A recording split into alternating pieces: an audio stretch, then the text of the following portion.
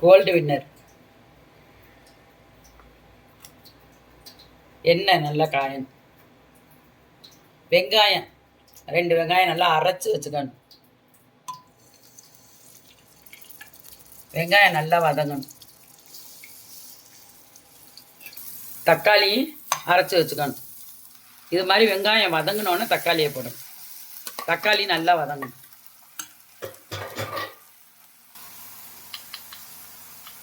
தக்காளி இது மாதிரி நல்லா வதங்கினோன்னா மஞ்சத்தூள் கொஞ்சம்,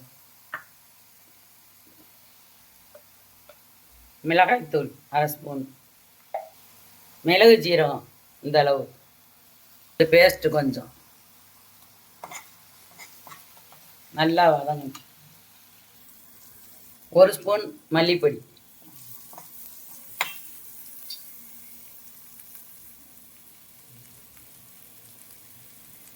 தேங்காய் அந்த அளவு,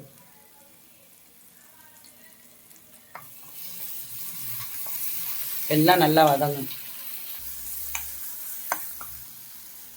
கொஞ்சோண்டு புளி,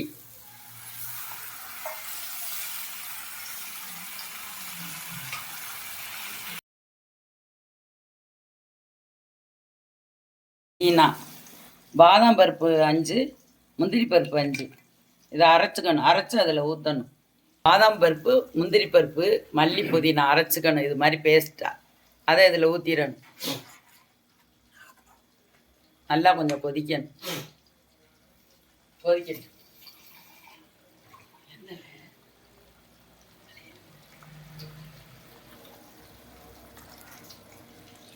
நல்லா கொதிக்கணும். கொதிச்சு வத்தணும். வத்தினோன்னு மீனை போடணும். இதுதான் மீன் கிரேவி. சாப்பிட டேஸ்ட்டாக இருக்கும். சாதத்துலேயும் போட்டு பிரட்டி சாப்பிட்டுக்கலாம். இட்லிக்கு தொட்டுக்கலாம், தோசைக்கு தொட்டுக்கலாம்.